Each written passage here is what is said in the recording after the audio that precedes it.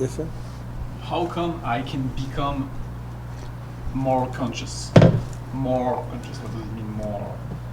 Why? Why more? How? Well, if we use like an awareness metaphor, you could see that, you know, you're not aware of what's on the other side of the curtain or something. See, you don't know a thing about it, you know. But then, you know, you go around the side and you go, oh, that's what's on the other side of the curtain. Now you are aware. See, I wasn't aware, now I am. I can see something I didn't see before. So kind of bouncing off of that, so it is, you know, when you become conscious of something, one of the main things that occurs is your mind is engaged. And your mind now knows something it didn't know before. And then there's those domains that, you know, I was speaking about where it's really challenging to speak about. But, see, and so it's like I'm not conscious, I am. So the reason you can become more conscious is because you're ignorant. See?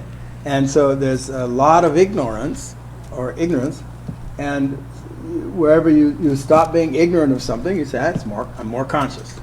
You know, like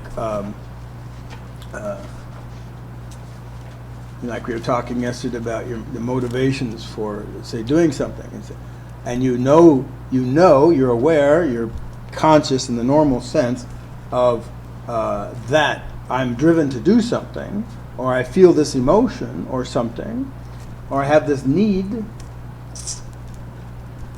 maybe, and then you can become conscious of what's behind it that you weren't conscious of before. So you didn't notice before.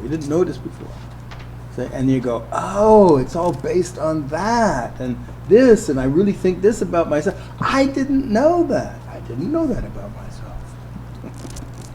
Yeah, but it seems that in this definition, becoming more conscious is very close to becoming more aware, or becoming aware of X, Y, Z, and not becoming more consciousness.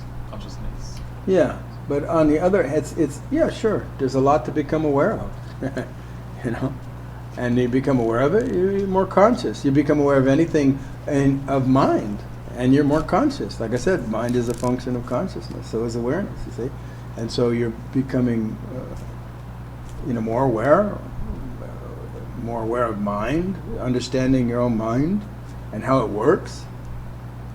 See, and that's something that most people don't, even psychiatrists, I tell you. I've had a lot of psychologists and psychiatrists study with me over the years. And I don't do psychiatry. I don't do psychology. This is not what I do. And also, psychology is a particular framework in looking at a certain experience in a certain way. It's not true in and of itself. It's useful for certain things. You say it's useful. But when you start thinking of it as true in and of itself, then it bogs down. It's like, it'd be like, come on, you can do it, Ralston.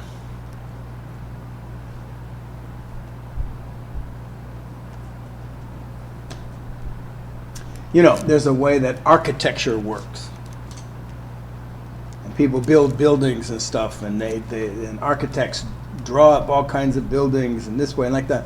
But to think that architecture is limited in any way to anything that anybody's invented in the domain of architecture would be limiting. You see.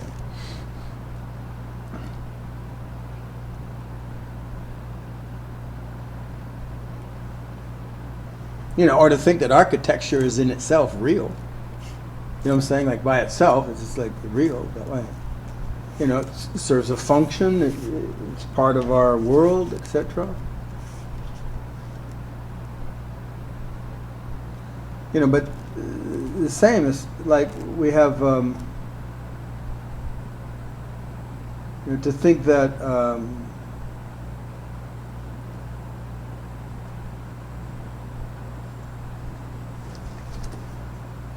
like to think that, physics in and of itself is real.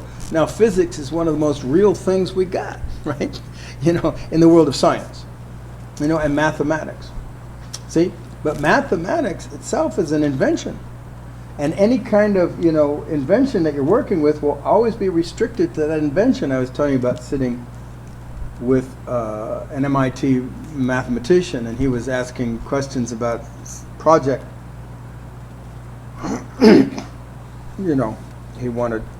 We spent some time, and it was very fruitful. It was very fun. It was a lot of fun. And but you see, he's working from a point of view of math, and I'm not, because I don't know much math. I mean, I studied math. That's not my thing.